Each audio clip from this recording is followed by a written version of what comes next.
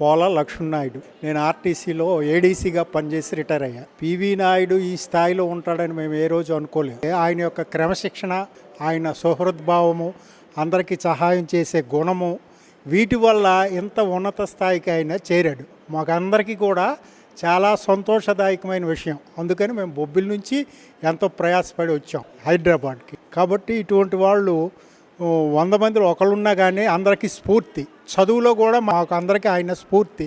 ఆయన చూసే మేము బాగా చదవాలని, మంచి ఉద్యోగాలు చేయాలని కోరుకున్నాం. అలాగే జరిగింది. మాకన్నా ఉన్నత స్థాయిలో ఆయన ఈరోజు రిటైర్ అవ్వడం మాకెంతో ఆనందదాయకం. ఇంకా ఆయన కుటుంబంతో సుఖ సౌఖ్యాలతో వర్ధిల్లాలని ఈ మనస్ఫూర్తిగా కోరుకుంటున్నాను.